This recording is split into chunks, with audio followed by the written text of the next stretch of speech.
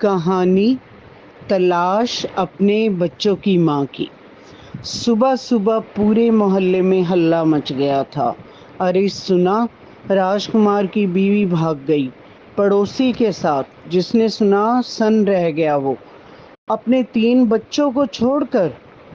راج کمار فرش پر اوندا پڑا تھا۔ 2 چھوٹے لڑکے ماں کے لیے رو رہے تھے اور بڑی بہن لڑکوں کو چپ کرانے کی کوشش کر رہی تھی۔ بوڑھی ماں چارپائی پر لاچار لیٹی تھی۔ ہر کسی کی زبان پر یہی بات تھی، اپنے 3 بچوں کو چھوڑ کر وہ کیسے گھر سے بھاگی ہوگی؟ مگر جواب کسی کے پاس نہ تھا۔ دونوں بچے رو رہے تھے۔ کیسرو کے مائکے میں خبر پہنچ گئی تھی۔ دونوں بھائیوں کا خون کھولنے لگا۔ سماج میں ہماری عزت مٹی میں ملا دی اس نے۔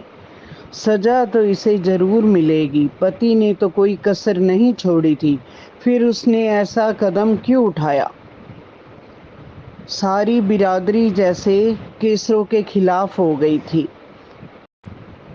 ہر طرف جہاں ان دونوں کے ہونے کا اندیشہ تھا، لوگوں کو ڈھونڈنے کے لیے بھیج دیا گیا۔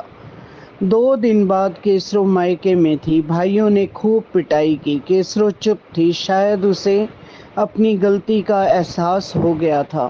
2 ہی دن میں راج کمار کے لیے بچوں کو سنبھالنا بہت مشکل ہو گیا تھا۔ انہیں چھوڑ کر وہ کام پر بھی نہیں جا سکتا تھا۔ بیوی اور بچے دونوں کی اہمیت اس کی زندگی میں بہت تھی۔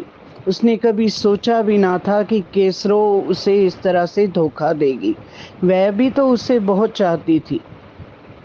کیا معلوم بہکاوے میں تھی یا کچھ اور۔ اس کی طرف سے اس کا من نربھاؤ ہو چکا تھا۔ چنتا تھی تو اپنے بچوں کی۔ اسی طرح سے 1 ہفتہ بیت گیا۔ سالے بار بار اسے بلا رہے تھے گھر پر آ کر بات کرنے کے لیے، مگر اس نے کوئی جواب نہ دیا۔ اگلے دن صبح صبح کپڑے بدل کر ماں سے کہا، تھوڑی دیر میں آؤں گا، کیسرو کے گھر جا رہا ہوں۔ ماں نے پوچھا، کیا گھر کی عزت واپس لانے جا رہے ہو؟ راج کمار نے ٹھنڈی سانس بھر کر کہا، وہ تو اب کبھی واپس نہ آئے گی۔ ہاں، اپنے بچوں کی ماں کو ضرور واپس لا سکتا ہوں جس کی انہیں تلاش ہے۔